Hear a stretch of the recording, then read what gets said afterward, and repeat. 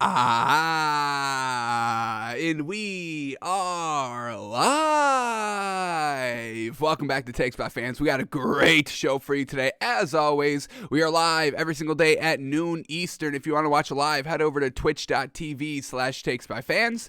If you want to watch but not live, head over to our YouTube channel. That is a ring. Give us 1 second, folks. Hello?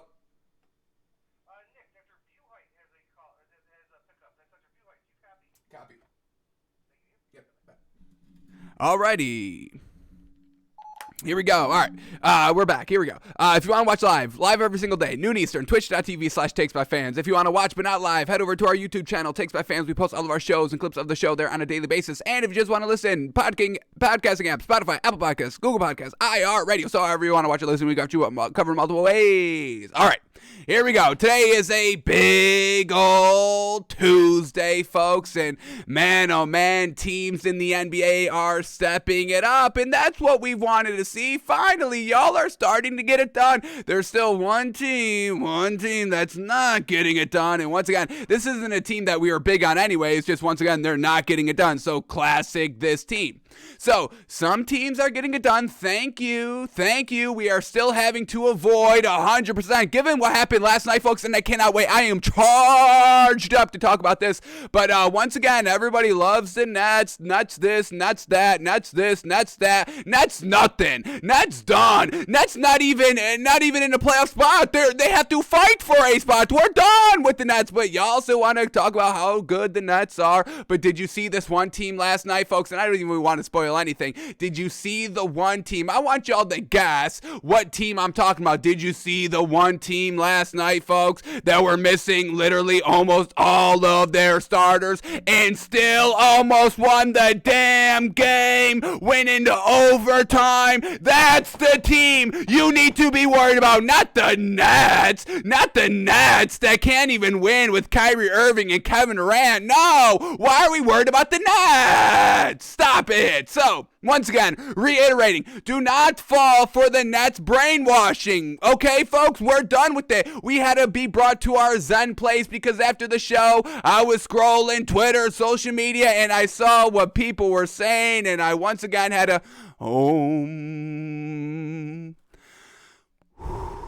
deep breath in, deep breath out. Because y'all are still liking the Nets. So, we'll tell you why you should not be buying into the Nets again today on the show. So, breaking down the NBA from last night, betting on the NBA tonight. We got caught up a little bit in overvaluing some of the lesser teams last night to try to prove a point to all these lackluster teams. So, that got us into a little bit of trouble yesterday. We struck out on both of our bets, but we're realigning. We're ready to get back on track tonight. Let's bet on some known good teams here. So betting on the NBA tonight, breaking down the NBA from last night, and I don't think we'll get to Malik Willis today. I know, y'all are clamoring for it. I'm clamoring for it. We got to watch Malik Willis. We got to watch some draft prospects. I mean, we're a month out and have not watched any draft prospects here. We at least got to get some quarterbacks out of the way, maybe some receivers. I don't know. It's gonna be a lot of offensive linemen in this year's draft. How do we really watch them? We don't really care about the offensive linemen. Are you good? Are you not? That's really all I need to know. We are not going to be able to fit in Malik Willis today because we are backlogged, folks. We are so backlogged on our NFL stories. We got to get them all out of the way. I've got so many tabs open here, folks, and they've been open for multiple days. I have now found something out, folks, that there could be disappearing tabs. You can open up so many tabs on a web browser that they just disappear and that they're just ghost mode and you never know. I was opening tabs. I was like, why aren't these opening? And I had so many up that they were just, there's not enough room to show the tabs. So they're just in a mysterious space. I can't get them back. So we are so backlogged. We can't open up any more stories. So we got to get the ones out of the way. So a little bit of a clearing house today, a little bit of a spring cleaning show today, if you will. It's going to be all great stories. We don't got junk in our spring cleaning like normal spring cleaning. No. These are still great stories. We just have not had time to get to them. So we will try our very hardest, and if we only have to say one or two words on a topic, we don't like doing that, folks. Y'all know we like to turn one sentence topics into 5 minute, 10 minutes, 20 minute segments. Y'all know we like to do it over here. But we may have to skip that for today because we got to get these stories out of our window, out of our browser here. So, tons of stuff to talk about, tons of stuff to get to, so let's start the show. We'll start with the NBA and then shift gears over to the NFL. But here we go, and before we get into any games in the NBA, we gotta talk about this nonsense, this mess. I'm telling y'all, folks, can we please, y'all, if y'all still want to have some believability and faith in the Nets because it's Kevin Durant and Kyrie Irving, big old names, okay, I will give y'all that at minimum. But to say that they're the scariest team that nobody wants to play in the NBA, I think that's way overboard, folks, and I can't even get behind that, okay? I will not get behind that, and we have been speaking out against that for at least the last week because we are just not getting it. The Nets are losing on a consistent basis. They're not even being competitive on a consistent basis. Kyrie Irving's first game back in Brooklyn, and he doesn't get hyped for that game and go off. That should have been when he dropped 70 points, 60 points, whatever he did earlier last week, 2 weeks ago. This should have been the big game, but it wasn't, and even Kevin Durant struggled in that game, and they ended up losing. Kyrie Irving's first game at home, and y'all kept telling me once Kyrie Irving can play at home, it's all going to come together. Once Ben Simmons plays, it's all going to come together, and so far, both those things have been bunk. One, Ben Simmons, we don't even know when the hell this man's coming back because now we find out he does have an injury. He didn't have an injury on the 76ers just besides his feelings being a little bit bruised out there. So yeah, we don't even know. He actually does have an injury. So we don't even know if this man's gonna play all year. So that's the one thing y'all have been clinging on to literally ever since the trade went down. That is in a limbo space. We got no idea. And then the second thing, once Kyrie Irving can play every game, home games, no more mandates holding him back.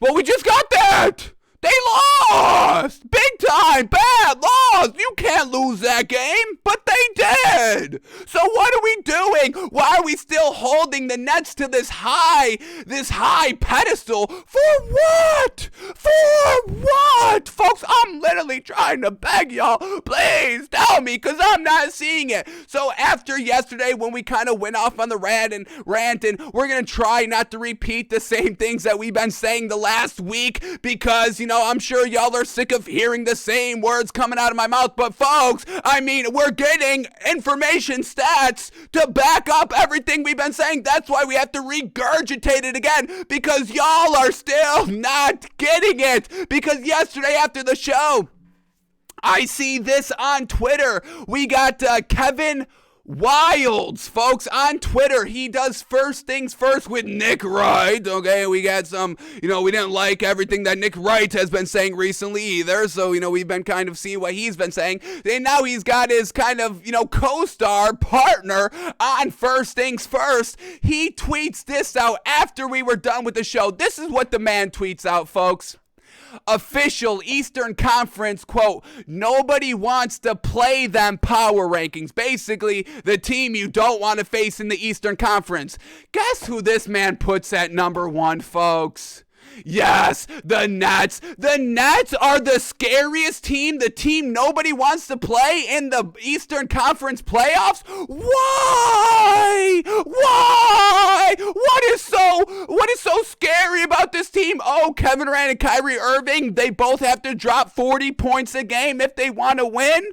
Yeah, they can do that, but they don't show that they can do that both consistently together. So what are we afraid of? What are we afraid of? Why are we afraid of the Nets when we get Steve Nash not developing any of his role players? Did you just see what all the mother-loving Celtics role players did last night? Well, if you didn't, let me kind of refresh your memory, because there was no Jaylen Brown, there was no Jason Tatum, Robert Williams is probably done for the rest of the year, Al Horford didn't play. So you're probably thinking, well, who did play for the Celtics? Did they even have enough people? Did they even have enough players to fit the team yesterday?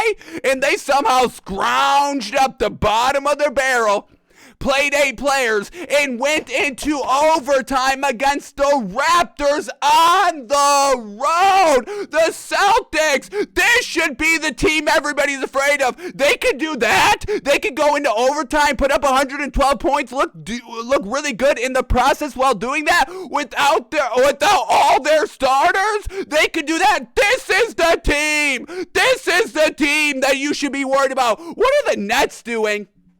If there's no Kyrie Irving, Kevin Durant, take out Andre Drummond, take out Seth Curry, take out the 4 starters of the Nets right now, what are they doing? What is Steve Nash doing coaching-wise? You do this. Okay. Hey, guys, let's keep it up. All right, at the huddle. All right, we're losing, but we can get back in there. Let's keep... That's what he's doing on the bench. We got the Celtics, Imo Duka.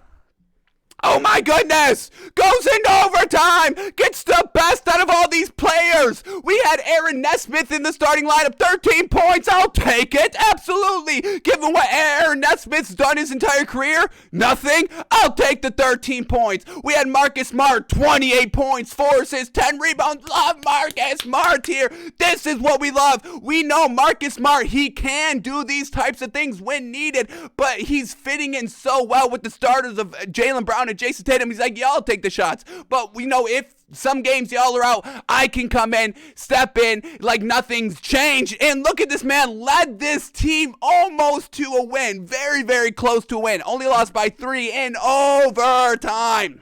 And they only really lost because Siakam, once again, MVP caliber player this season.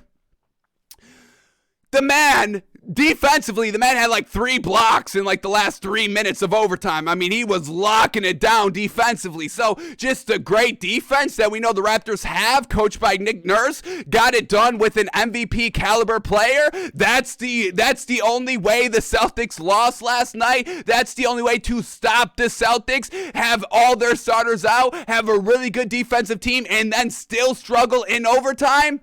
I mean, come on. This is the team you should be afraid of, not the Nets, who have to win 2 play-in games just to get to the playoffs. Stop it. We've had enough. Did you not just see the title of yesterday's episode? We're done. We're done. We're done on the Nets. We're done uplifting that Nets team and just assuming they're going to be good. That's the problem with the national media. Y'all just assume, oh, they got the big names. We can assume. Oh, we could talk about season-long stats and assume. We over here, we break it down nitty-gritty. We're in the trenches out here, digging deep every day, every game, every player. What's working? The Nets aren't working. Done with the Nets. Stop it with the Nets. Please, I'm begging y'all.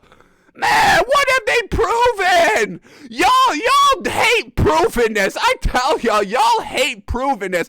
Y'all want to get rid of Jimmy Garoppolo, and he's in the news. Stop it. Jimmy Garoppolo's going to be on the 49ers this season, hopefully. Thank goodness. He's a winner. He's getting to the Super Bowl. He's getting to these conference championship games. Why do y'all hate proven talent? The Nets have not proven anything this season with their squads. Jeez Louise, folks. Y'all, stop hating on provenness, folks. If they proven they can get it done, why are you hating on that? Why are you waiting for an assumption that may or may not happen? Give me the provenness. I'm taking provenness over unprovenness any day of the week. And this mother-loving Celtics team, game in and game out, proves it every time. I'm loving the Celtics, baby. And that loss last night, yes, it's a loss, but man, did they look good losing. Sheesh. Man. So, can we please, for the love of goodness, they had the Celtics number 3 ranked. Nobody wants to play team in the league. Third. That's third. When they can have all their starters out, that's third. Please, can we? I'll leave.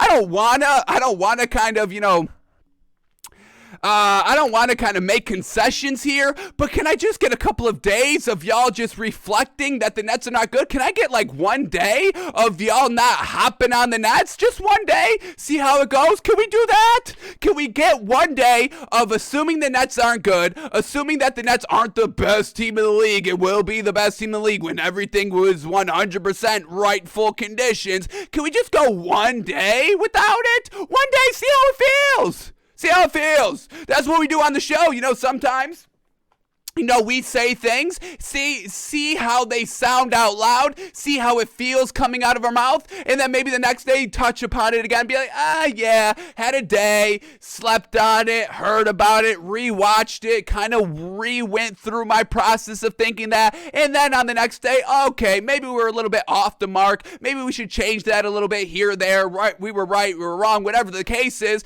but at least we said it and we pondered on the day. Can we do that with the Nets? Can we get one day of saying that the Nets are just not a good team and see how it feels? Because it feels amazing, and we keep saying it. So, yeah, I'm loving how it's coming out of my mouth every time we say it over the last week. We can have month, 2 months, however long we've been saying it.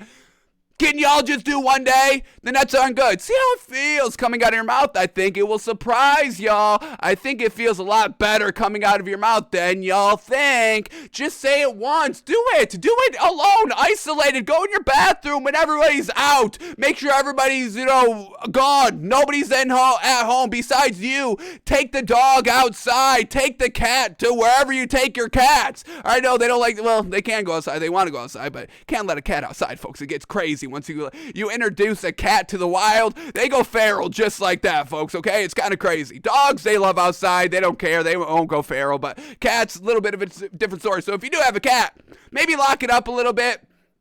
You don't want the cat hearing, your Nets take. That's fine. Do whatever you got to do. But just one time, have it come out of your mouth. The Nets aren't good. The Nets aren't proven. Yes, the Nets may be good in the future, but as of right now, this is not a good team. The Nets are the 9th seed. Are they still the 9th seed? Let me check. Hang on. I haven't updated this for yesterday's games. Let me quickly double check. Okay, now they're back at the 8th seed. But it's still, every other game, 8th seed, 9th seed, 8th seed, 9th seed, only a half a game lead. So say this to yourself. The Nets are the 8th seed. They have to win the play-in tournament just to get into the playoffs. This is not a proven team currently. They're not 100% healthy. Ben Simmons isn't 100% healthy. Can we get all the facts out of our mouths, please? Because y'all are just overlooking facts. We can't overlook facts, folks. Why? You see, y'all overlook facts. Y'all hate provenness. I don't get it with y'all sometimes. Say it out loud. See how it feels. I'm telling you, it's going to sound good. You're going to be like, the first time, the Nets aren't good.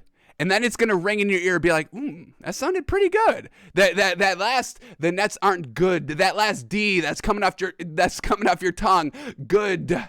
Oh, yeah, that felt pretty good coming off the tongue. I'm telling y'all, folks, you'll surprise yourselves. Everybody's getting brainwashed by the Nets. We are not. We're done getting brainwashed with the Nets, folks. We zen. Every time we see somebody with the Nets in their top 10, every time somebody tells us that the Nets are the most deadliest team that nobody wants to face in the Eastern Conference, we've got to zen. We light the candles. We turn off all the lights. Buddhism's a pretty solid religion, I'm not gonna lie. Does Buddhism who believes in reincarnation? Because that's kind of how I'm feeling, overall of what I believe, I guess. I think I'm leaning more towards the side of reincarnation, so whichever kind of true religion kind of focuses on that, I think Buddhism is a little bit of that, maybe. Enlightenment, going up and down the ladder, all of that. I kind of go on that side of believing. So yeah, turn into a little bit of Buddhist, Zen, get your Om sent to yourself, because we are not falling for any more of this brainwashing tactics. We're done. Our brain is going to be dirty, folks. You are not washing this brain. I'll have dirty brain. Give me dirty brain. I'm not letting you near my brain with all that soap and water and scrubbing materials. I'm not getting brainwashed over here. We're done.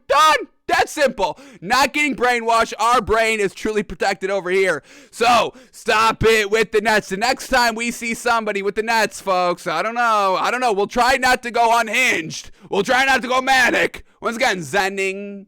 We'll try not to go manic. No promises.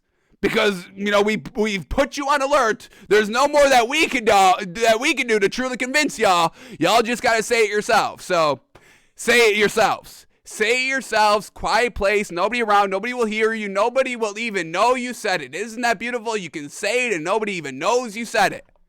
Do that. See how it comes off your tongue. See how it hits your ears. I'm telling y'all will be surprised. So, stop it with the Nets. Yes, another day of saying that. Stop it with the Nets. Please, please, please. and then we'd be all good to go. Everything else is pretty much around right here. Y'all are falling off the Bulls again. Love it, especially given what happened last night, all that. So y'all are starting to get on the right track. Just a Nets thing. Kind of the biggest. Can't let this one slide. Stop it with the Nets.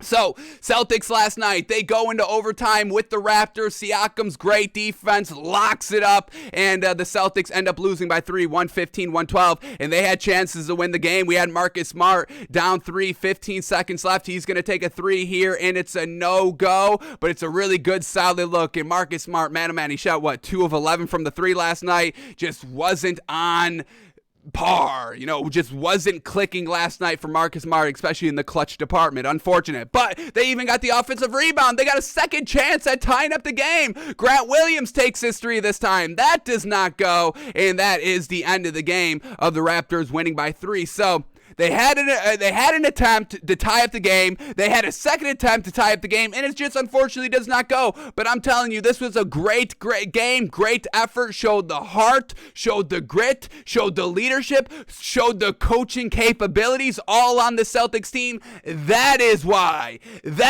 you should be worried as heck to face the Celtics, folks, because they can pull it out any night. We get their role players all when their next man up mentality. They go out and absolutely fight to the death. Yes, this is how extreme it is. They fight to the death, folks, and you gotta absolutely respect that. So, last night, this is the Celtics starting lineups, folks. Tell me if you recognize any of these names out here. Well, you will, but the bench, you won't recognize any of those names. But here we go. Marcus Smart, starting point guard, fantastic. He's the only starter last night. We had Derek White. He's in the starting lineup, and we do like Derek White in the starting lineup. We saw Derek White in the starting lineup with the Spurs. Very good.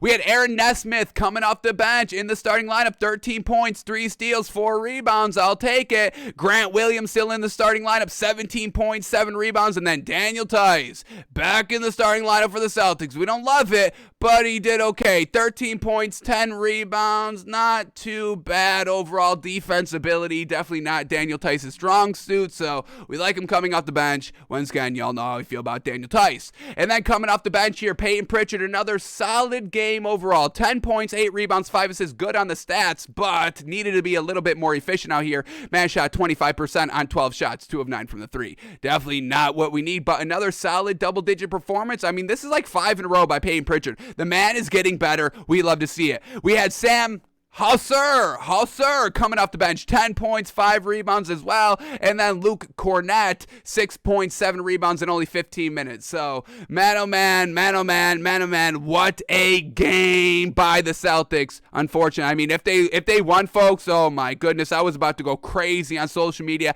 Had to dial it down a little bit because they ended up losing. But this is still a good loss at the end of the day. Truly unfortunate that the Celtics did lose that number 1 seed in the Eastern Conference and are now the 4th seed. It's just really bad timing of when the injury to Robert Williams happened. Jaylen Brown, Jason Tatum taking the night off, and just unfortunate that they are now the 4th seed in the Eastern Conference, going 1-4 just overnight because of unfortunate circumstances. And hopefully the whole Robert Williams injury does not derail the entire year, because now as we're getting so confidently, talking the Celtics now, this is the time that Robert Williams gets injured. So now y'all can potentially, if the Celtics flounder because no Robert Williams, y'all could potentially come back in a couple of weeks, 3 weeks, 4 weeks, and be like, oh, the Celtics weren't even good. What happened to the Celtics? And I'd be like, no, it was Robert Williams. They were good before that. I swear they let us down. But we hope it does not come to that.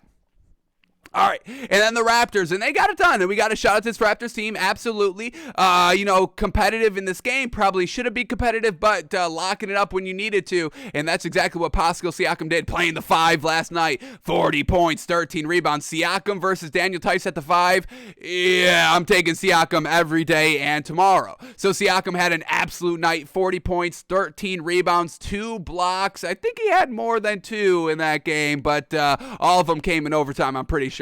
So the man's defense was absolutely locked down when it needed to be.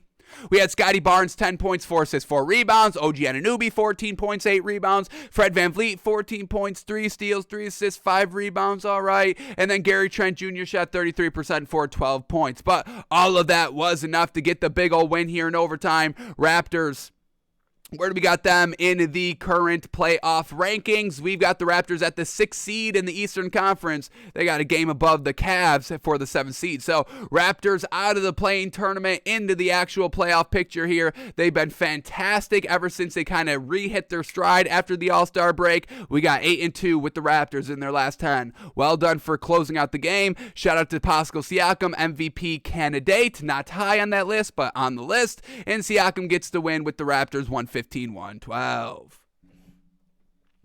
Alrighty, next game up here, and hey, close game, love it. This is what we want to see. Close games against really good, above average, playoff caliber teams, and that's exactly what we got last night with the Nuggets at the Hornets. Nuggets end up winning, but only by 4, 113-109. Jokic with the triple-double, folks, 26 points, 19 rebounds, 11 assists.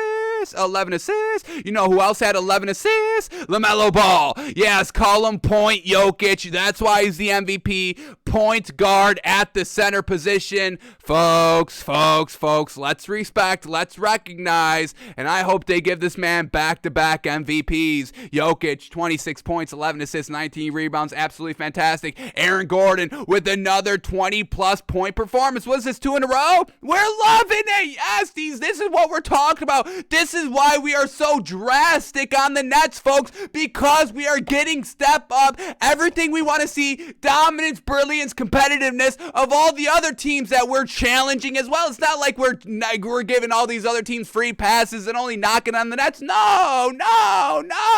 We judge everybody how they need to be judged, and with the Nets being so lackluster of what they are as a team, we've got to knock them, absolutely, and that's why we are so hard on them, because we're getting the greatness by every other team here. We're not holding any other team to any unrealistic standard, folks. Darn.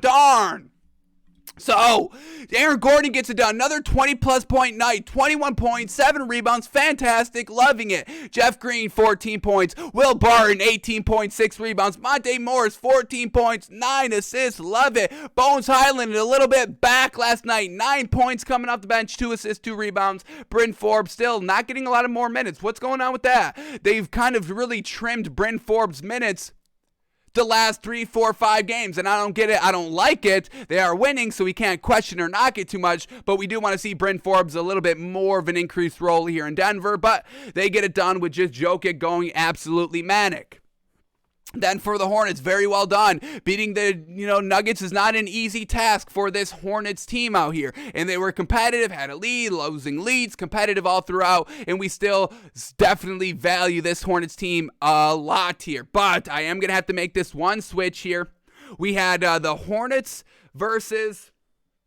Who was our 8th seed? Hornets versus the Nets. Head-to-head matchup a couple of nights ago. Hornets get the win. That's why we moved the Nets out from 8, and the Hornets, we moved them into 8. But now we just had the Nuggets at the Hornets, and the Nuggets beat the Hornets. So as of right now, we are going to have to swap out that number 8 seed again with the Nuggets instead of the Hornets. Now, we will have our fully updated list on Friday, so this is just a little bit of a minor adjustment. We're not moving anything else. We're just truly swap for swap here, taking the Hornets out of number 8 and moving in the Nuggets, now currently the new number 8 seed. We'll see if they can keep that 8 seed, move up or down by Friday, but we are going to have to kind of take this head-to-head matchup as of right now and move the Nuggets into that 8th seed. But the Hornets still very, very good. Absolutely. LaMelo Ball, 22 points, 11 assists, 6 rebounds. Wonderful night. Terry Rozier, 12 points on 2 of 7 from the 3. Need a little bit more offensive production from him. But Miles Bridges, 27 points, 11 rebounds. Led the team in points, led the team in rebounds. Very, very great game.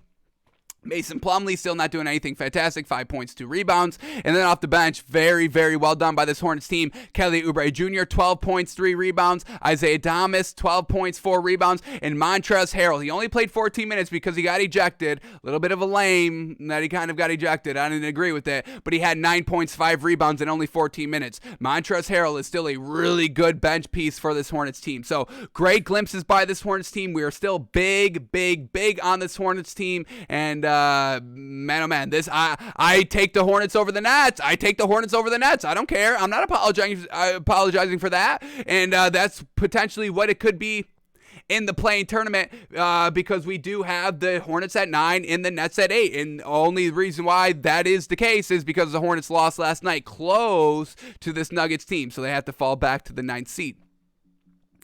So could be Nets Hornets for that final playoff spot, and I'm taking the Nets. I'd bet on the Nets. I would bet my actual money, or bet on the Hornets. Excuse me. No. We're never betting on the Nets. We would bet our actual money on the Hornets if that was the case, and I'm gearing up for that because that is definitely a possibility. But the Nuggets get the win here, 113-109. Nice 4-point win for the Nuggets. All right, next game, I'm not going to spend a lot of time on this one. Magic at the Cavs. Cavs get the win, 107-101. We spent a lot of time on the Celtics and arguing about the Nets already, so we got to move on. Two bad teams. Well, I guess the Cavs, they are trending up a little bit here. Once again, I need to do a little bit better. You beat the Magic, congratulations, but it was close. And once again, we got to see this Cavs team start to beat the middle-of-the-road teams a little bit, above average, slightly above average teams. Got to start to see the Cavs beat them. That's truly when they're going to come out of their true funk. Karis LeVert also only put up 8 points on 26% shooting last night. Got to see him a little bit more efficient. But they did take care of business, so we give them a little bit of credit. Cavs get the win, 107-101. All right, next game up, Hawks at the Pacers. Hawks taking care of business? Yes, sir. What is this, a 2-game win streak for Atlanta? Yeah, 2-game win streak. This is what we're talking about. Hawks taking care of business. Taking care of business. There was really only one team last night that did not take care of business, and that's still upcoming. So, well done for the Hawks. They're potentially turning the corner. Hawks get the win 132-123 over the Pacers last night. Once again, Bogdanovich coming off the bench here is the best decision that the Hawks have made all year long. 29 points, 5 rebounds coming off the bench for Bogdanovich. Absolutely fantastic. Trae Young, 14 points, 16 assists. Fantastic. Clint Capella, 22 points, 15 rebounds. Once again, fantastic. And Kevin Huerter with 22 points and 6 assists. So that's all their top players getting it done. Yeah, great win for this Hawks team. Let's keep it up still. Yes, Hawks, let's get back into that good picture. We want to start talking good about Ice Trae. We loved Trae Young last season. They haven't been winning games, so we haven't been shouting him out at all that much this season, but hey, getting it right the final 2 weeks, hey, I'll take it. So well done for the Hawks. Keep it up, though. Gotta see you keep it up. Last night, Tyrese Halliburton, 25 points, 13 assists, magnificent. Buddy Hield, 26 points, 5 assists, 4 rebounds. So finally, newly acquired Tyrese Halliburton and Buddy Hield both have great games together, but it still ends up in a loss. So once again, the Pacers, whatever they do, whoever they trade, whoever they get rid of, this is still not a good team. Hawks get the win, 132-123. 1 second, folks. Hello? Okay, copy. Yep, Peterson, yep. Yeah,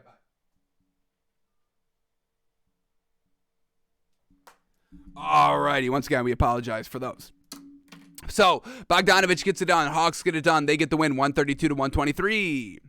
All right, then we got the Kings at the Heat, and even the Heat stepping up. Bingo, bango. And this is a game that we did bet on. Kings plus 12.5 last night, and this is kind of what we were saying at the beginning. Just a little overvalued the Kings here, just to try to test the Heat a little bit because the Heat have been floundering. This is a game that they should win and should dominate, and they did go out and do that. So, well done for the Heat, getting back on track. Love seeing that. But once again, got to see the consistency. One game here, one game there. That's not going to do it for us. We got to see the consistency. But the good news for the Heat, consistency's got to start somewhere, and it starts with a win like last night. So they get a nice 23-point win, 123-100 win over the Kings last night. Jimmy Butler, 27 points, 7 assists, 5 rebounds. Finally, Jimmy Butler back to his old self.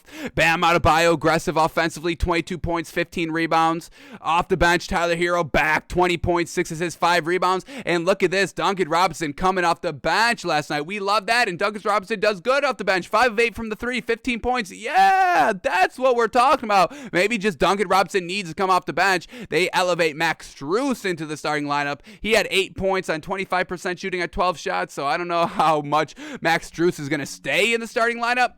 But overall, once again, Duncan Robinson doesn't move the needle for us that much. Plays better off the bench than he does in the starting lineup. I'd keep him off the bench. So Heat finally get it all together, get a nice dominant win. And then for the Kings, Davey Mitchell still showing up, 21 points, 9 assists. We'll absolutely take that. Led the team in scoring, led the team in assists. And once again, no Sabonis, no De'Aaron Fox last night. Dante DiVincenzo off the bench, 12 points, 3 steals, 5 assists, 3 rebounds. Love what we get from Dante DiVincenzo. Kings just couldn't put it all together. They lose by 23. Alrighty, and then this is really kind of the only team that did not get it done last night, and why everybody should be absolutely falling off the Bulls by the day out here, truly. And if you haven't woken up by now, hopefully this will wake you up. Bulls lose to the Knicks. Shout out to the Knicks. The Knicks have been really good the last 3 weeks, month. I'll stretch it to a month. This is why we stopped our sponsorship, because we saw this Knicks team start getting better and better and better and consistent and closing out in the fourth quarter, and we get their 4th win in a row here. Knicks get the win 109-104 over the Bulls, and the Bulls were healthy, very, very, very healthy. Caruso's back, and they're not winning. Ooh, that's not great. DeMar DeRozan, 37 points, 7 assists, 6 rebounds, and everybody was still gushing over the Bulls last night. Even in a loss, y'all still clinging on to DeMar DeRozan. Do I have the tweet up? I think I said, did I say, I was going to say something. I did not say it, though. Do I have this tweet in my unsent? I think I stopped it. Let me see. I was going to tweet something. I decided not to because I thought it sounded just too, like, rah-rah. I don't like to, promote myself and anything like that. And once again, say, everything that we say is, the end-all, be-all, the right thing to say, the only right thing to say. We don't like to do that. And when I catch myself doing it, I try to pull back a little bit. So we had this. Hoop Central tweets out DeMar DeRozan's night, 37 points, 7 assists, and 6 rebounds, as the Celtics were, winning against the Raptors before the overtime period, as the Knicks have been trending up the last month. Y'all are still focusing on DeMar DeRozan. What was I tweeting before I kicked it off? This is what I had before I kind of stopped tweeting. I said, celebrating the Bulls losing to the Knicks. This is how we got here, folks. I was going to tweet that. I pulled myself back. I didn't want to kind of be like this all high and mighty, but this is what we're talking about. Celebrating DeMar DeRozan when they just lost, and you lose to this Knicks team, and you're losing in the final 2 weeks, the crunch time. What have we been saying the last week? This is the crunch time, the home stretch. You must step it up, and y'all want to go out here and celebrate DeMar DeRozan, a solid performance that ends in a loss? I just don't get it sometimes. And yes, we can champion single performers, everything like that. But y'all are not giving any recognition to the Celtics, so we have to get our priorities straight a little bit. Let's get the Celtics going. Let's take it back on the Nets, and then we can elevate DeMar DeRozan once y'all made those adjustments. This is what we're saying. But damn, y'all are prioritizing the wrong thing at the wrong time. So DeMar DeRozan, yes, great performance. 37 points, 7 assists, 6 rebounds, but he was a -8 on the floor. That was the worst plus-minus. Why not include the plus-minus? Why not include that little nugget of information? Why not include the loss? This is how we got here. Once again, y'all got on DeMar DeRozan too late, and then you overcompensated. That's on y'all. That's on y'all. Don't get mad at us because, we just pointed to y'all doing that. We're showing you, hey, this isn't actually right at this current time. Yeah, a week and a half, 2 weeks ago, yeah, y'all could have said that when we were saying it, but y'all got it on the wrong time. Y'all bought into DeMar DeRozan as soon as the Bulls were truly starting to decline. So don't get mad at me because y'all waited too long on your take. That's on y'all, not on me. I called it out. I didn't even call it. I pointed it out. I was like, hey, y'all should have did this 2 weeks ago. And then y'all are going to get mad at me because I pointed something out? I don't know if that's truly fair, but okay. DeMar DeRozan, great performance. We had Zach LaVine, 27 points, 4 rebounds, 3 assists. Very well done. Vucevic, 16 points, 13 rebounds. We'll take it. We had Ayo at the starting one, and we don't like that. 10 points, 3 assists. Kobe White coming off the bench, 6 points, 7 rebounds. He was locked up this game as well, 22% on 9 shots. And once again, ever since we kind of truly talked about Kobe White in a highlight, saying he should be in the starting lineup and saw all the wins that he had when he was in the starting lineup, this man's been floundering. So need Kobe White to be way more consistent. Take those opportunities off the bench. I know you want to start, but take those opportunities off the bench. He didn't do that last night. So everybody flounders on the Bulls. Even Alex Caruso, 3 points, 2 assists in 30 minutes. What the hell was he doing last night? Nothing. But he was a +1 on the floor with 3 points. DeMar DeRozan, -8. So, okay, folks. All right, and then the New York Knicks, another win here, and they are trying, so we give this Knicks team a lot of credit for still trying and clawing their way potentially into a playoff tournament seed, and once again, they've got their long road ahead of them. The Hawks winning last night definitely didn't do them any favors, still about 5 games back with only about 6, 7, 8 games left for the Knicks, but they're still giving it their all, and that's why we give them credit, because even when it's all looking bleak, they're still showing out when really they got nothing to show out for. Julius Randle just shot 11%, and they still stuck with it and still won the game. Julius Randle, 11% on 9 shots, 5 points, 13 rebounds. RJ Barrett doing his thing, 28 points, 6 rebounds. Alec Burks, finally a guard, steps it up, and it's not Evan Fournier. Go figure. Alec Burks, 27 points, 6 rebounds, 3 assists, shot 5 of 10 from the 3. Magnificent. Evan Fournier shot 1 of 8 from the 3 for 5 points. Done with Evan Fournier. Y'all know that. And then Obi Toppin, once again, really good off the bench, 17 points to bring it all home. So, well done for the Knicks. They get the win, 109-104. Knicks get the win. Bulls still suck really badly, folks. Stop it with the Bulls. And y'all have been stopping it with the Bulls. So, congratulations on that. Well done on that. Even, Kevin Wild, who we, called out a little bit here on the show, calling the Nets the most dangerous team to play in the Eastern Conference. Everybody should be scared of. He has the Bulls at number 8. So, yeah, that's fine. Exactly. See, it's not like y'all, are wrong on everything. It's just one small thing here and there. One small thing that becomes a big thing because y'all double down and triple down on the small things. Stop doubling down and tripling down. Get it right. Let's get it right. Nets are not right. Stop it with the Nets. All right, but here we go. Next game up. What do we got? Another team holding on, and this is the last game that we bet last night. Spurs, once again, maybe gave them a little bit too much credit. This should have been a really dominant win here against the Rockets, but they only won by 3, and they had big leads and let the Rockets come back and all that, but they still took care of business here. Still trying to get into that top 10, try to knock out the Lakers for that 10th seed in the Western Conference, so well done for the Spurs. They get the 3-point win, 123-120 last night. We had Jacob Poeltl, 17 points, 13 rebounds. I love Jacob Poeltl absolutely so much, folks. Love that big. DeJounte Murray, 33 points, 11 assists, 7 rebounds. This man is going manic, folks. You got to love it. And then Keldon Johnson with a nice 21 points, 9 rebounds, 4 assists. Look at this bench. Zach Collins, 13 points, 8 rebounds. Josh Richardson, 15 points, 5 assists, 6 rebounds. I mean, man, is this Spurs? Should we be more? I'm more concerned about the Spurs than I am the Nets. I don't want to face the Spurs. I would face the Nets. Give me the Nets first round of the playoffs. I would absolutely take that matchup. I'm not taking the Spurs matchup, folks. Spurs get the win, 123-120. We don't need to talk about the Rockets. Alrighty, here, another team getting it done. Love it. Teams getting it done. The Nets are like, you can't do that. You can't get it done if you're a team. Everybody else getting it done. Y'all can get it done. Y'all should have told us we could have got it done. We would have been getting it done. Nets not getting it done. You know who is getting it done again? The Grizzlies. Once again, without John Morant, blowing out the Warriors by 28 points, folks. Grizzlies get the win, 123-95. Once again, Warriors with no Steph Curry, but still having Klay Thompson and Jordan Poole and Andrew Wiggins, still having all those, and still getting blown out by 30. Celtics with no Jaylen Brown, Jason Tatum, Al Horford, Robert Williams, having to play Aaron Nesmith and Peyton Pritchard, who they have been refusing to play literally all year long besides like the last week. They lost by 3 in overtime. Are you seeing what we're saying, folks? Yes? Are you finally starting to realize, folks, we're not just spewing nonsense and doubling down on nonsense, folks. This is what we're seeing. This is what we're saying. We're getting examples like this, multiple examples like this every day, day in and day out. It's not like we saw one thing 4 weeks ago that we're still clamoring onto, holding onto,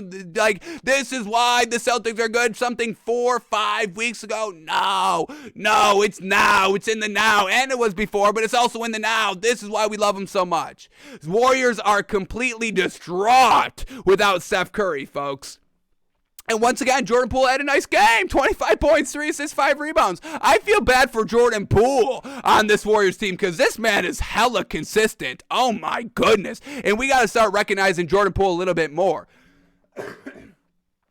getting it done with no Klay Thompson. I mean, before Klay Thompson came back and all that, and we were still getting great performances by Jordan Poole. So now he's in the starting lineup, taking over, still coming off the bench, and we're still getting greatness by Jordan Poole. So, man, oh man, this man is absolutely fantastic, folks. He's somebody you got to worry about, absolutely. I take Jordan Poole. If I got a 1 versus 5, Jordan Poole versus everybody on the Nets, I take Jordan Poole, folks. 1 versus 5, I'm taking Jordan Poole. That's how much we don't believe in the Nets, folks.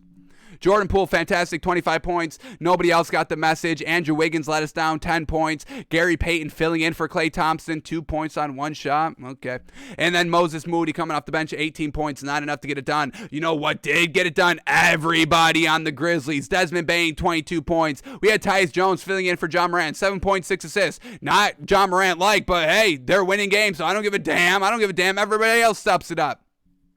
Kyle Anderson, 13 points, 5 rebounds. Steven Adams, 8 points, 9 rebounds. Classic Steven Adams. Dylan Brooks, 21 points. Off the bench, D'Anthony Melton, 21 points. Brandon Clark, 12 points. Zaire Williams, 8 points, 4 assists, 4 rebounds. Everybody's stepping it up. Everybody's getting it done. We love this Grizzlies team. They get the blowout win by 28, 123-95. And then the last game of the night here, we got the Thunder at the Blazers. Thunder take care of business, winning by 3, 134-131 in overtime. Once again, nobody's playing for the Thunder. Nobody's playing for the Blazers. 2 really bad teams, and they still go into overtime. Nothing to play for. Everybody on their starting lineup gone. Having to rely on all their role players and bench pieces to get it together, and it's still a competitive game that goes into overtime. Nets, are you listening to what we're saying? Because you're the only team as of right now that's not getting it done consistently. We're getting the Thunder, who's been missing Lugansdorf for like the last 3 weeks. Josh Giddey is done for the year. Shai Gilgeous-Alexander may even get shut down for the rest of the year, folks,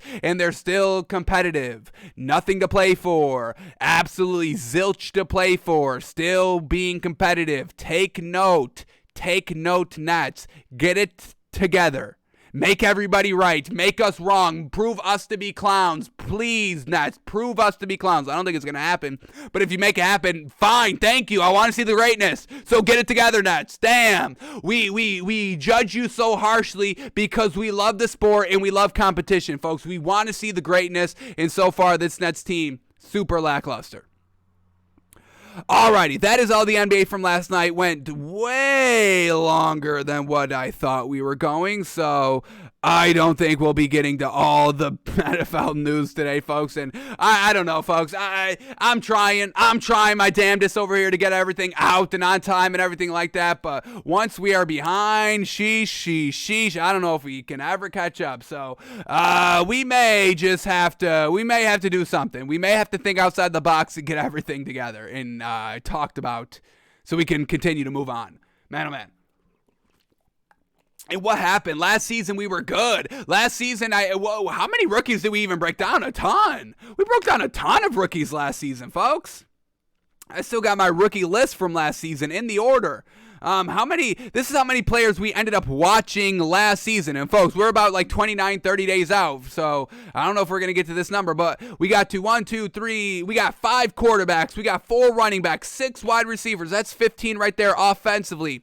Defensively, we had 3 defensive ends, 5 linebackers, 5 cornerbacks, 4 safeties. So, I mean, we're talking about almost 30 players we got to last season. And we haven't gotten to one so far. Damn, I'm trying, folks. We got to get to some of these quarterbacks here. Try to. Not going to happen today, though. Definitely not happening today. All right, but let's try to get Let's try to get to some of these NFL stories, but let's take care of betting business first here. And we only got 5 games tonight in the NBA. Struck out 0 of 2 last night. Overvalued some teams. Started to believe into the lesser teams' hype a little bit too much. So let's see if we can stay away from that a little bit and try to hit tonight. So here we go. 5 games on. What do we got? We do have a doubleheader. Thank goodness. Basketball is back on primetime television tonight. We got Lakers, Dallas. I don't know if that's the game I put on TV, but we got Lakers, Dallas at 7:30, and then we got Jazz, Clippers at 10 o'clock. Once again, we get to watch the Jazz. Oh, but we may be able to watch Paul George. This is a story I forgot to talk about here. So let's go to this before we talk about betting. Paul George could potentially return to the Clippers lineup tonight. Tonight, where did this news come from, folks? What the heck? We did not get any kind of natural progression on Paul George, like, hey, he's going to come, 2 weeks from now, all that. No. Came overnight. Paul George, yeah, could be good to go. So, Paul George against the Jazz. Good luck, Jazz. They're already trash on the road. They're on the road and now have to face potentially Paul George. So, yeah, I think we'll be betting against the Jazz tonight, but let's see what everything is when we get to that game. So, Jazz, once again, got to be off the Jazz, which it seems like y'all are, so congratulations on that. And we'll see why tonight. Paul George's potentially first game back tonight, and I don't even think the Jazz can be competitive in it. But let's get back on track here and start with the first game up of the day. We got Bucks at the 76ers here. Bucks plus 1.5. 76ers minus 1.5. And this is a huge game for the 76ers. They just got beat by 10 against the Suns. You cannot get beat by another great team by double digits or anything convincingly here, because once again, we have big concerns on the 76ers. So this is a must-win game for the 76ers here. Let's see the ins and outs. For the Bucks, we get Giannis a game-time decision, but I'm pretty sure he's playing. Bucks 1.5 spread like this. It seems like he'd be playing to me. Spread wouldn't line up with him being out, but let's check NBA Fantasy Labs. Do we got anything here? No updated information. Darn. So maybe potentially no Giannis. And then for the 76ers, we get everybody good to go. So I get potentially full force Bucks versus the full force 76ers. 76ers at home, and I'm going to call this game, folks. We will bet this game. I'm going Bucks plus 1.5. This Bucks team, they close out in the fourth quarter. They're able to bring it home. When it's close, when it's competitive, fourth quarter, they're able to bring it all together, hunker down, and get it together for the win. Where the 76ers, they don't do that. They lost as that Suns game progressed. They got out to the hot start. I think they had like a close to a 10-point lead at some point early on, and then they just, as it goes on, they get less and less better. They get less and less good. They get less and less efficiency, and we know that of Joel Embiid and James Harden in the playoffs, and it's showing down the stretch here of the regular season. So I got concerns with the 76ers. Their stamina, once again, going back to last season, we had Joel Fatigue nickname floating around, and that panned out exactly how y'all thought it would, not getting it done in the playoffs.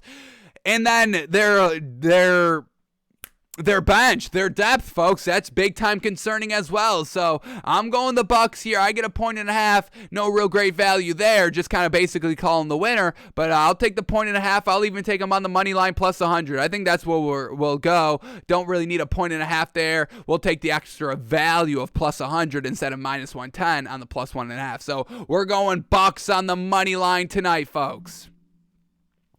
All right, next game up here, we got the Bulls at the Wizards. Bulls minus 3.5, Wizards plus 3.5. This is a game that the Bulls must win. Oh my goodness, could you imagine if the Bulls lose this game tonight? It's not going to be a fun day for Bulls fans, for the Bulls players tomorrow on the show if they lose. I can guarantee you that.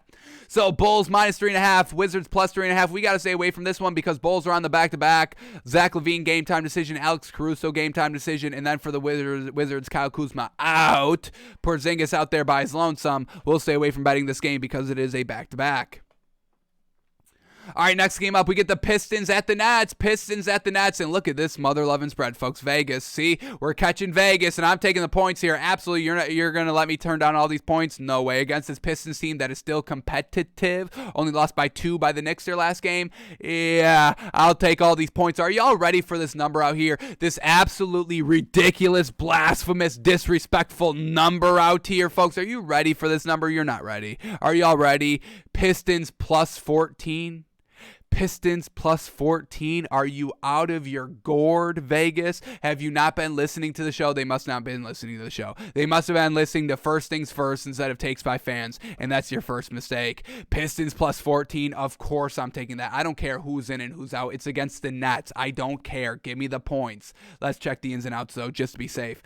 For the Pistons, Jeremy Grant, they officially downgraded this man to out for the remainder of the season. They're not playing that man anymore, and I'm still taking the plus 14.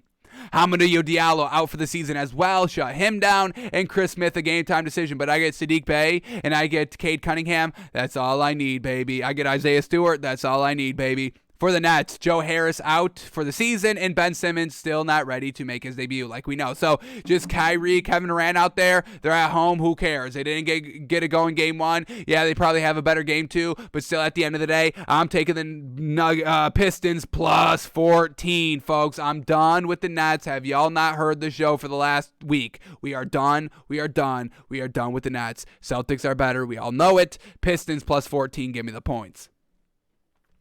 All right, then we get the Lakers at the Mavericks. Lakers plus 12, Mavericks minus 12. Mavericks looking real good. Should be able to take care of business over this Lakers team. We won't bet this Lakers. We're just going to stay away from this. Don't need to swallow 12 here. LeBron maybe goes manic. I mean, they got to do something, but we do know that, he kind of used that excuse. Hey, my knee really hurts. I may not play here. So we're not going to mess around with anything Lakers for the rest of the year, folks. There's just no point. Mavericks should get it done. We know they live and die by the three, so if they're struggling from three, maybe the Lakers cover the 12 points, but either way you slice it, I'm done betting the Lakers for the rest of the season. And then the last game of the night here, Jazz at the Clippers. Jazz minus 1, Clippers plus 1. What do we got by Paul George? Game time decision or out or in? What do we got? Game time decision. And once again, NBA Fantasy Labs has not updated this. So not great there. So I'm assuming Paul George is going to be good to go today. I mean, to have that information kind of out of nowhere, Clippers still wanting to kind of potentially get up a little bit. They could they probably can't.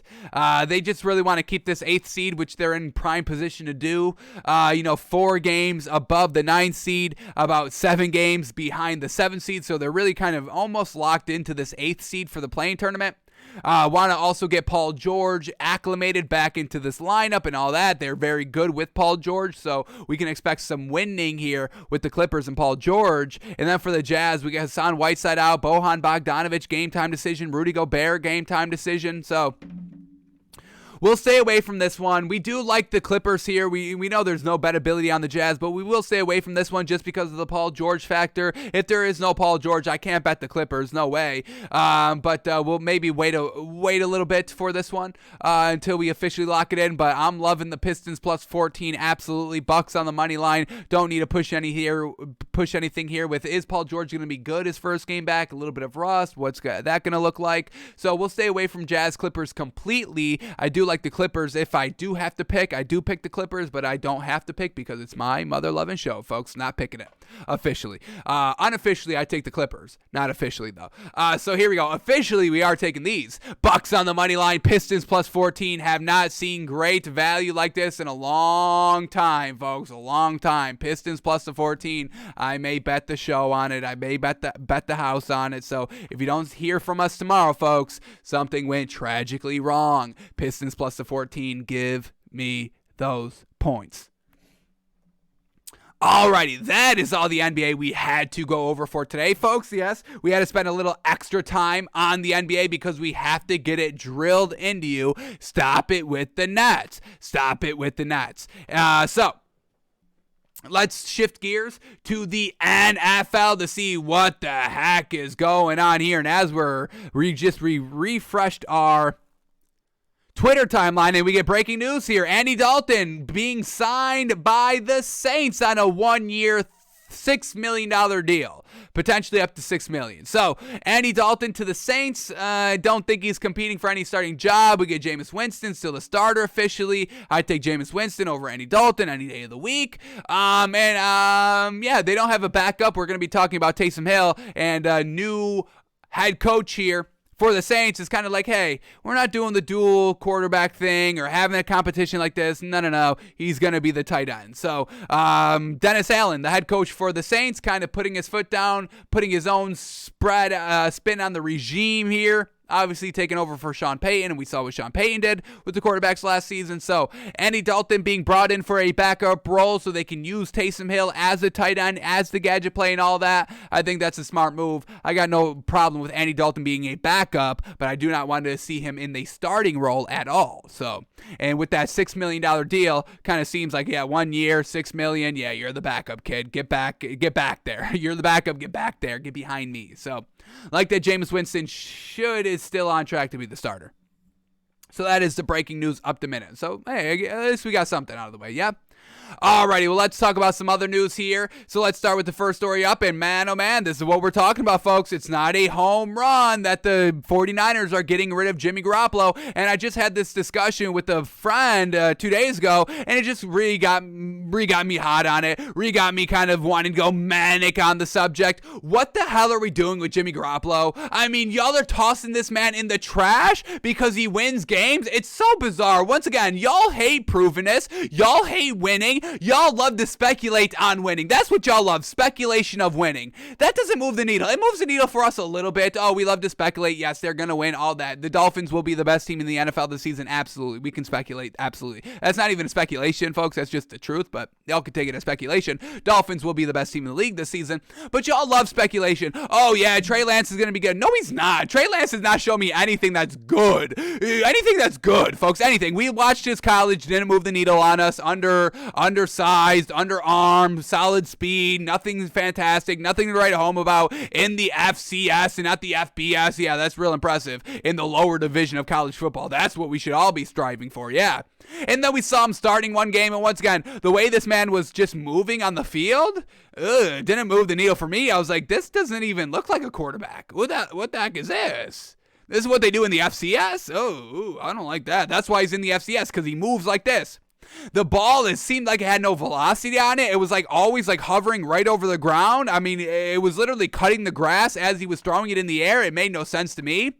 The accuracy wasn't anything great. The maneuverability, the throw on the run, nothing great. And it just never moved the needle for me. I'm not buying anything on Trey Lance, folks. I will not. That's a big old belief that I hold. Trey Lance will not be good. Trey Lance will never materialize into anything in the NFL. Nothing. Done with him. Done with Trey Lance, and he never even started. I would have never even taken the man in the draft. And y'all are just wanting to throw out Jimmy Garoppolo in the trash. I do not get it. The man got to a Super Bowl. Y'all are throwing Super Bowl consistent NFC championship games away in the trash? I mean, Aaron Rodgers consistently gets to NFC championship games, and he got paid $50 million.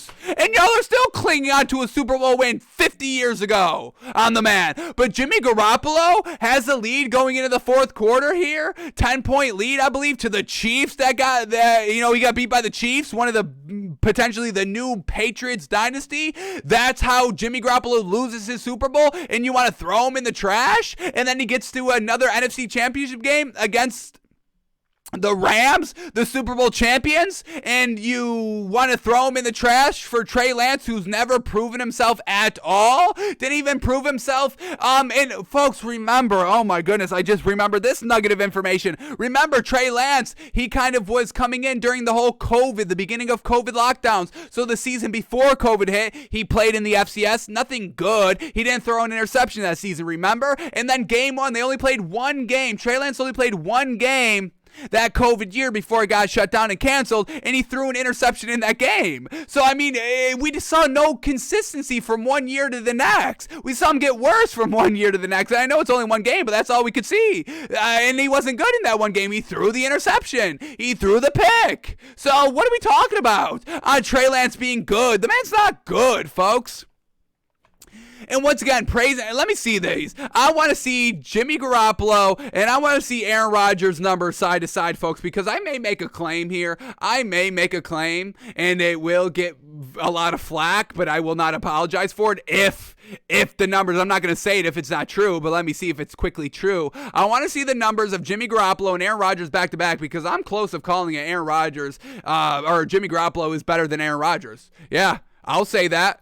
I will say that. I will have no problem saying that, folks. Aaron Rodgers does not move the needle for me like he moves the needle for y'all, folks. So here we go. What do we got with Jimmy Garoppolo? Can't we say that Jimmy Garoppolo is better than Aaron Rodgers? Let's talk about completion percentage here. Here we go. The last 3 years, folks. Look at this. Oh, my God. So good. 69%, 67, 68%. The man is averaging 67% completion percentage for his entire career. Aaron Rodgers at 65%. You see? Now, we will take it with a grain of salt because Aaron Rodgers has more seasons, okay? But overall, relative numbers. Just Aaron Rodgers has more seasons because he's younger than Jimmy Garoppolo. We're going to penalize Jimmy Garoppolo for being younger? No, I'm not buying that. I'm not knocking Jimmy Garoppolo for just being younger than an Aaron Rodgers. The man gets it done completion percentage-wise. Yards-wise, Jimmy Garoppolo, very, very light here. Very, very light. 3,900, 3,800. That's kind of what he throws for an entire year when he doesn't get injured. Fantastic. And once again, the first injury, I'll give y'all the second injury, the 2020 injury. I'm not giving y'all the 2018 injury, where he decided to kind of juke to try to be a dual threat quarterback and ended up tearing his ACL, juking out of bounds. Okay, yes, that's an injury. Okay, it's a bad injury, yes. But overall, in context-wise, the man was just trying to be something. He reined that in. He learned from that. He doesn't do that anymore. So, yes, he's not injury-prone, folks. This is not an injury-prone quarterback. 2020 injury, okay. 2018 injury, that's the freakiest injury you will ever see. So, we're done. We're done with the narrative that Jimmy Garoppolo is injury-riddled. No, he's not, folks, okay? And Carson Wentz is injury-riddled, and y'all are still giving this man opportunity after the man couldn't beat the Jaguars and is injury-prone, y'all. Are still taking Carson Wentz over Jimmy G, giving Carson Wentz another chance in Washington when you want to throw Jimmy G in the trash. This is where we have the issue with it, folks. Stop it throwing out Jimmy Garoppolo in the trash. Stop it. The man's a winner. Carson Wentz is not a winner, folks, okay? And he's injured. He was even injured this season. Why they didn't get to the playoffs a little bit, you could trace it back to that week 3 game. Got knocked out against the Rams. Can't come back in and couldn't clutch it up. Because they had a shot to win the game last possession with the backup quarterback, couldn't get it done. So, yeah, what do we talk about with Carson Wentz? Stop it with the Carson Wentz, because if you buy Carson Wentz and you don't buy Jimmy Garoppolo, I don't get it, folks. I don't get it, and this is why I go manic, because sometimes y'all just say things that just do not make any sense, and every time y'all say something, we always give you the benefit of the doubt, and then we start thinking about it, stewing about it, stirring about it, and I'm like, no, hang on, this is not starting to make sense, or not lining up at all. I always give y'all the benefit of the doubt, folks. I know it may not seem like it, but we do. I see everything y'all say. Y'all need to be reminded of that, folks. I see everything y'all say. I get the points y'all try to make, y'all make, and everything like that. We always give y'all the benefit of the doubt. But praising Carson Wentz and wanting to throw Jimmy Garoppolo in the landfill, folks, it's absolutely insane. It's insane, folks.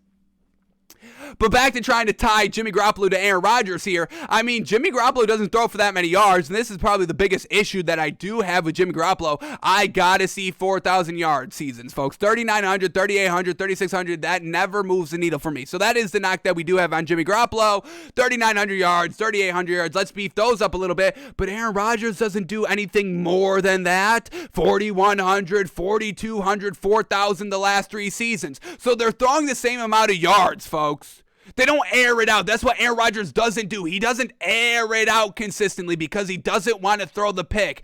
Jimmy Garoppolo throws a lot more picks than Aaron Rodgers because he risks it a little bit more. And you know what it gets them? The same result it gets Aaron Rodgers. Losing in the NFC Championship game, or even better, getting to the Super Bowl. They both got to one Super Bowl. They both get to NFC Championship games consistently. Oh, one's got 12 interceptions. How many interceptions did Jimmy Garoppolo throw last season? 12. One's got what? Aaron Rodgers got 7. 4, excuse me. So what are we talking about?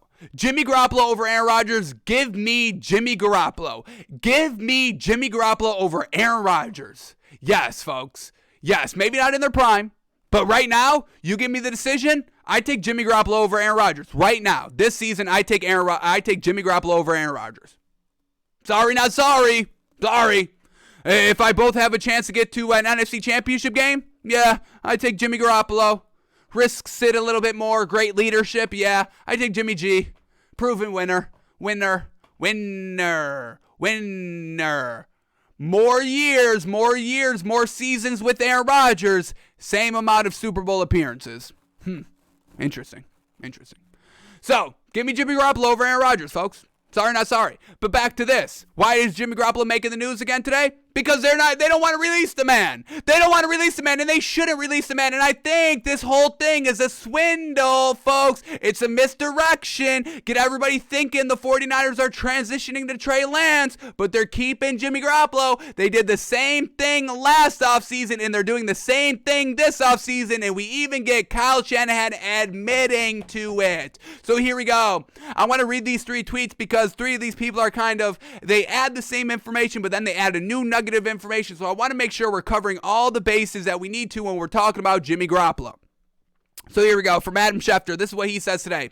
One day after 49ers general manager John Lynch said the team had no plans to release Jimmy Garoppolo, head coach Kyle Shanahan said there's, quote, a scenario in which Garoppolo does remain in San Francisco for the upcoming season. So, once again, the non-ability to throw right now for 17 weeks because of the shoulder injury. Nobody wants to take a chance on him.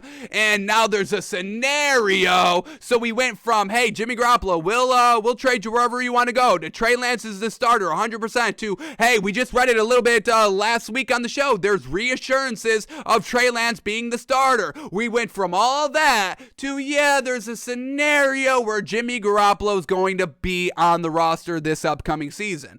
Alrighty. So we're moving closer to it. And then we get this. By Andrew Siciliano says this: Kyle Shanahan pressed on his starting quarterback in 2022. Quote, that's a funny question. Quote, we'll probably never announce a starter. We'll probably never announce a starter. You do that when you're so confident on Trey Lance, you never name a starter, just like Kyle Shanahan did last season. Oh, yeah, Jimmy Garoppolo is going to play this season. Oh, yeah, Trey Lance is going to play this season. We were always waiting to the very last second to know who the starting quarterback was. This was the last team that actually told us, and they never even actually told us, I don't think. I think it was week 1, and we just saw, oh, yeah, Jimmy Garoppolo is going to be the starter. We never got the announcement last season. We're also not getting the announcement this season. If Trey Lance was so good, why aren't they just announcing him as the starter? They were good. They were going to move off Jimmy Garoppolo. They were going to trade him. They were actively telling him that they were going to trade him. But what's the holdup now? You can't trade him, so if he's on your roster, you're going to start him? Why? Why do that? If Trey Lance is so good and you're ready to move off of him, and Jimmy Garoppolo knows you're ready to move off of him, what good does it do that Jimmy Garoppolo is still your starter? Where is it making sense? Where is it lining up? I'm telling y'all, folks, I think the 49ers are trying to get something big from Trey Lance. I think they're trying to trade Trey Lance for like a first-round pick, because all they have to do is be like, hey, you see this dude? He's real good. We've been seeing him the last 2 years. He's very, very good. And having joint practices. The other team scouts and be like, hey, Trey Lance was looking good in practice today. Oh, yeah. And then that team tells other teams, it gets gossip, it goes around, hey, I saw Trey Lance in practice the other day. He was looking pretty good. I think I would trade for him. Yeah, I think I would trade for him. So I think they want to keep Jimmy Garoppolo, trade Trey Lance. Try to get something good for Trey Lance. Hey, this is a mystery quarterback, but we say he's really good. We want him to be the starter, but we still got Jimmy Garoppolo. We're a little bit tied up in money. He's a veteran. He knows the system. We're not ready to quite hand the baton off just quite yet. But hey, if you want him, first round pick for him. We let him. It'd be tough. Oh man, you'd be squeezing our balls here. But yeah, we'd let him go for a first round. Yeah. We don't want to. He's probably going to start next year, but yeah, I guess we take the first. Yes, folks, you see? I guess we take the first. Okay. Reluctantly, meanwhile, they're all smiling, be like, yes, our plan worked. We got something good for Trey Lance, yes. So I'm not sold. I've never been sold that they were going to go with Trey Lance, folks. We've been on that since the beginning. And now we're getting all this, oh, yeah, we'll never name a starter like we did last season. Told us Trey Lance was going to play last season. He played one game. Is that what you meant? Okay. And then the final one right here. Here we go by Ian Rappaport. All three big wigs getting into the mix here. Getting shout out on Takes by Fans.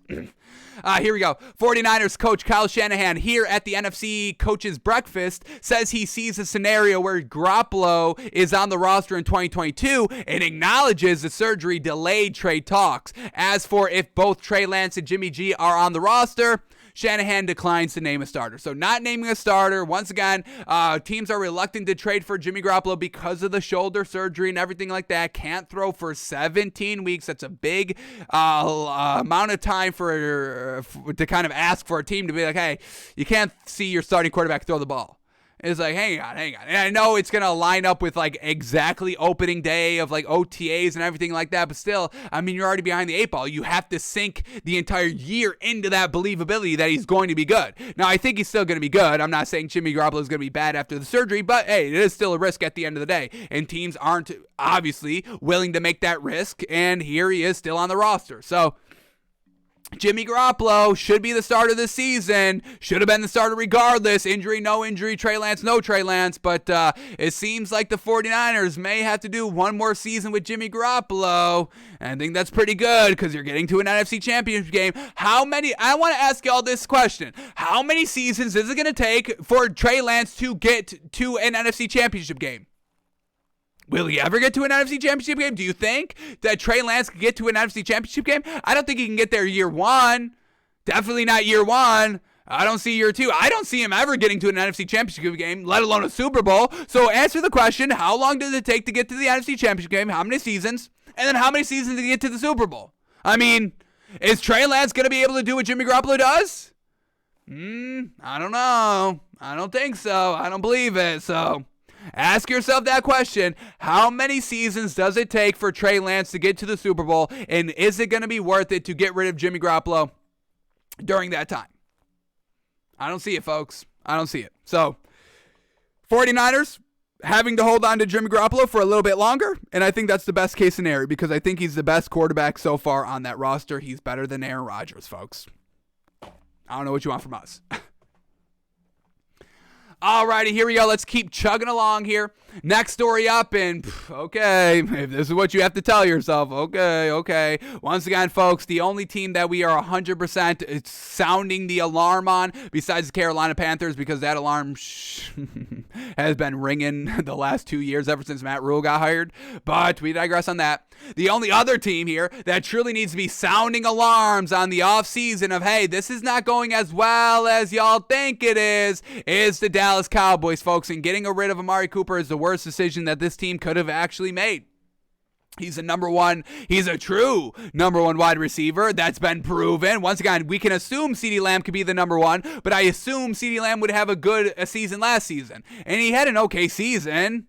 It was okay. It wasn't anything good. It wasn't what I was imagining taking that next step. So once again, y'all love the unproven ability. Y'all love the mystery. And that's really what it is. Y'all love crypto. Y'all love unproven things. Y'all love NFTs. Y'all love mystery packs. And I'm good for a mystery box. You throw a mystery box my way. Yeah, I'm looking into it. That's just human nature. And y'all take that human nature and bring it to the sports world. And that's where we get into a little bit of trouble. Stop with the unpredictability, the unproven ability. Stop with the NFTs. Stop saying that, unproven talent's finally going to get it done. Yeah, CeeDee Lamb is going to be the number one. He's going to be a great number one. He wasn't that great of a number two last season. He was okay. He was an average-ish number two. Nothing great, nothing bad. When the plays broke down, him and Dak Prescott didn't have that chemistry, but it's all going to be magically fixed year one when he's the true number one, not having Amari Cooper. More attention. Now you got the number one corner on him. Can CeeDee Lamb get past the number one corner? I don't know. We haven't seen it. So once again, stop with the unproven ability. Give me provability. Yes, there's some wiggle room, obviously, here and there. There's obviously exceptions to every single rule. We get it, folks. You don't need to, 1991, the unproven ability worked. Tom Brady worked. The unproven ability. I get it. Okay, folks? I get the outliers. We get it. They're outliers, yes?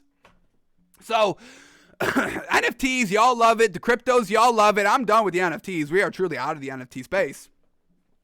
As I go on this rant, and I hate the marketing they're using for NFTs, is how I know that it is truly a scam and a swindle, because they got Larry David, and the commercial's hilarious, but the fact that they're using the Larry David laughing at the wheel, the wheel will never be good. Obviously, the wheel is literally what we have responsible for everything around us. The wheel started it. So Larry David, laughing at the wheel's face, laughing at an indoor toilet. Oh, we never poop indoors. We poop outside. What are we, animals? Pooping inside where we live? Blah, blah, blah. And what was the other ones that he thinks? But overall, Larry David, and then he gets to the crypto guy. not for me. Crypto, not for me. Oh, crypto, such a smart investment. Larry David. Oh, Larry David's so funny. Comedian. He doesn't know. He does the thing. He overanalyzes. Oh, no. He has his own opinion, strong opinion. But he never believed in the toilet. Oh, funny. He never believed in the wheel. Oh, funny. He doesn't believe in crypto. Oh, crypto. It's such a secure investment. Do you not see? Oh, Larry David, don't be like, that's what they say. Don't be like Larry. Oh, don't be like classic fool Larry David over here being paid in a commercial to say that he doesn't like crypto. Don't be the next Larry David that didn't believe in the wheel. Yes? I think it's a little bit too much at this point. I get, fortune favors the brave, Matt Damon. I get them making a fool out of Larry David and all that, the smartest man in comedy. I don't know if I can bill myself as this. Y'all let me know. I don't want to say this. I've thought about tweeting this on a poll, but I always kind of pulled back. I was like, I don't know if I want to put this out there. But I think, can I bill myself as the Larry David of sports talk? Let me know. I'm interested. Let me know. I'm pretty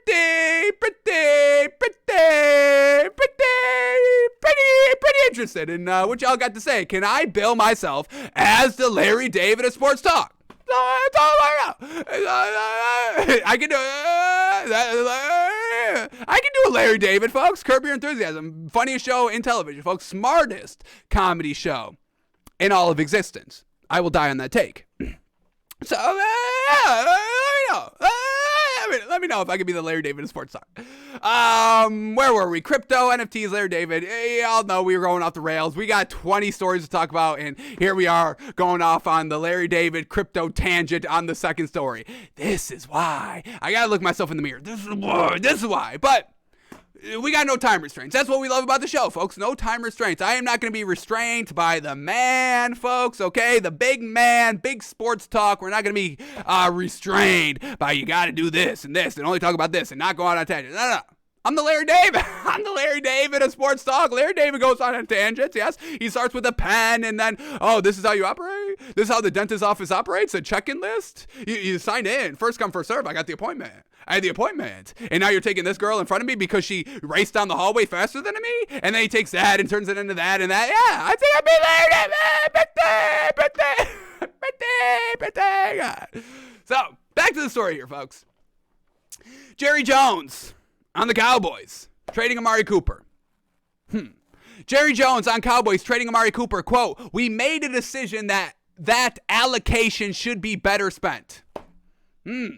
Money should be better spent than proven wide receiver production. Okay. All right.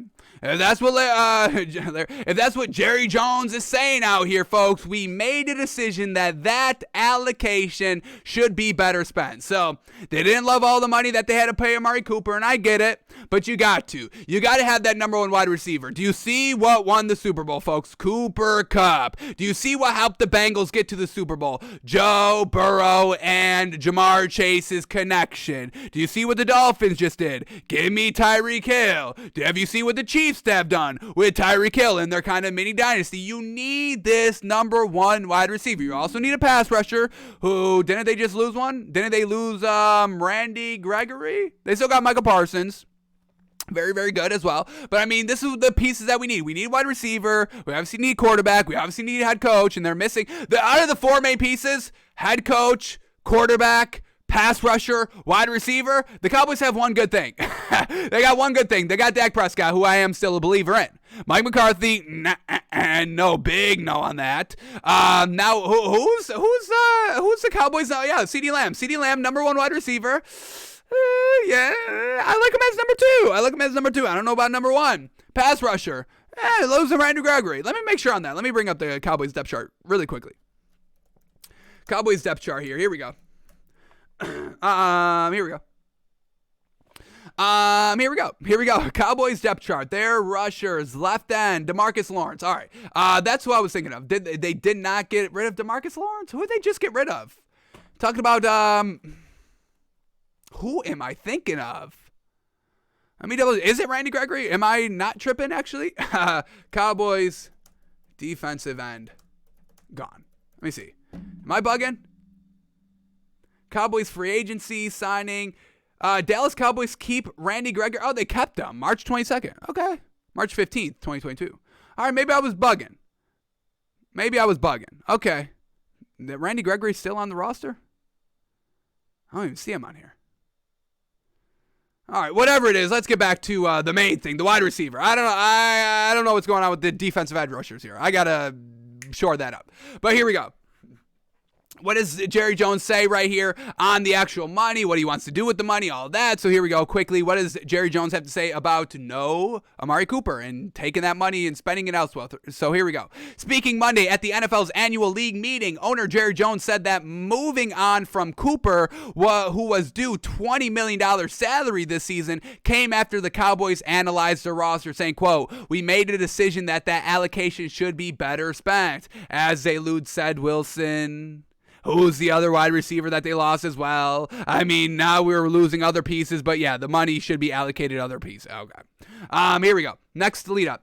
Jones noted that the Cowboys analyzed their 10 highest paid players and compared those to their impact on the field, saying, quote, we have to make sure that any one of those players are pulling as much weight as you can. Number two, you've got to be judicious how you add a top 10 paid player. So not enough production, according to Jerry Jones. All that money spent, and it's not, Mike McCarthy's fault, the head coach, that Amari Cooper was not exceeding his money expectations. It's not Kellen Moore, the offensive coordinator. It's not his fault. It's strictly Amari Cooper's fault alone?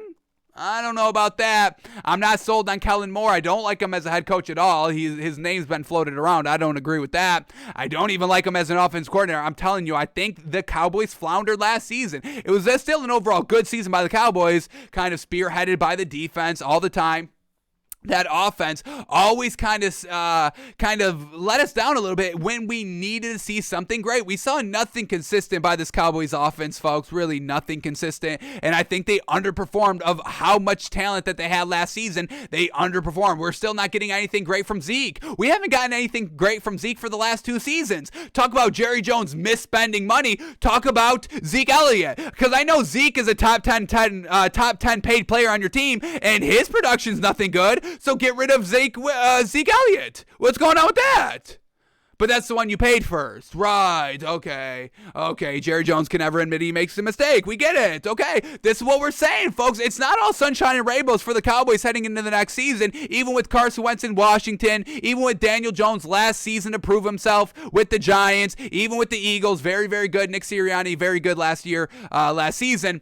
So this is not a home run that the Cowboys are going to be good next season, folks. I've got big time concerns on the Cowboys. We're chalking it up to 3-14, folks. It's not going to be a good year for them. Everything we're seeing is showing us again and again and again, reiterating again and again and again. This Cowboys team is not going to be good next year, folks. I'll die on that take so far. I have seen nothing optimistic about this Cowboys team. Dak Prescott's the only beacon of hope. Tony Pollard a little bit as well. All right, last 2 quick quotes here. Final lead-ups. Here we go. The Cowboys, who traded a first-round pick to Oakland for Cooper in 2018, received a 5th-round pick and a late-round pick swap in exchange for the four-time Pro Bowler. The return indicated not many teams were willing to take on Cooper's contract. Once again, Jerry Jones, not the most smart with his money. How you got all that money and not smart with it? I don't get it. Give me all that money. I think I can sign some better deals here. That's just me. But he says, quote, "We made every effort to do as well as we can do with the trade. Unfortunately, they couldn't. Maybe Jerry Jones isn't as savvy as a businessman that he thinks he is, but we digress." Here we go. Final lead up. As for Gallup, who is coming off an ACL tear, yeah, that's who you want as your number 2. Yeah, the guy coming off an ACL tear. Yeah, I'm glad you got rid of proven talent number 1. Have an ACL tear coming in from number 3 to number 2, unproven number 2 to number 1. Yeah, that's a real smart investment right there. Jerry Jones really got it done for a 5th-round pick. Yep, that was really good. Jones noted it could be a stretch to expect the wideout to be full force by week 1. So now we even got the receivers not being healthy by week 1. I mean, folks, what's the glimmer of hope? What's the silver lining here of the Cowboys? I'm not seeing it. If you've got the Cowboys winning more than 3 games next season, I think you're a little bit too optimistic. We'll put it politely. Final quote by Jerry Jones, quote, optimistically, I expect him to give us a question mark around the first game. Optimistically, I expect him to give us a question mark around the first game.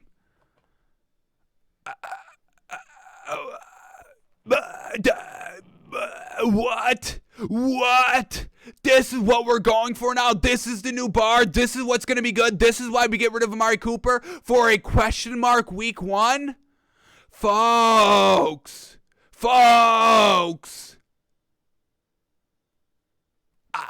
I can't see the Cowboys being good. I kind of wish the Cowboys were on Hard Knocks this season. This is the interesting season for Hard Knocks. Cowboys trash, yeah.